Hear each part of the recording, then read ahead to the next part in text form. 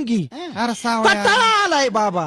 नाही मी म्हणतो यालाच संसार म्हणतात, परपंच म्हणतात. अरे परपंच कुठं घालायचा हा परपंच? अरे असं कटाळून कसं चालेल बाबा? तुला काय जातंय बोलायला? हं? तू आपला सयकला सांड्याच्या सांड्या अरे लय कटकट असती बाबा. अरे त्यातूनच आपल्या आयुष्यामध्ये काहीतरी आनंद शोधायचा. अरे कसा शोधायचा? आता कसा शोधायचा आपला? कान कर इकडे. कुणाचा? आता काय गाढवाचं म्हणतो मी? हा ए गाढवा तिकडे बघ. हा. थांब थांब.